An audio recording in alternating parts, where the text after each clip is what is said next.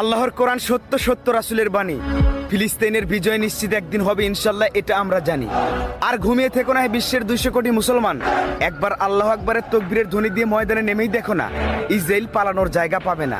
আল আকসা কোনো সাধারণ ঘর নয়, এটা আল্লাহর ইশারা জিনদের দ্বারা তৈরি। আর এই আল আকসাকে রক্ষা করার দায়িত্ব বিশ্বের 200 কোটি মুসলমানেরই। ওরা সবাই একজোট আছে, আর আমরা শুধু নিজেদের চিন্তা করে ঘরে বসে আছি। আর কিছু কিছু বড় বড় মুসলিম কান্ট্রিগুলো ইহুদিদের দালালি করতেছি।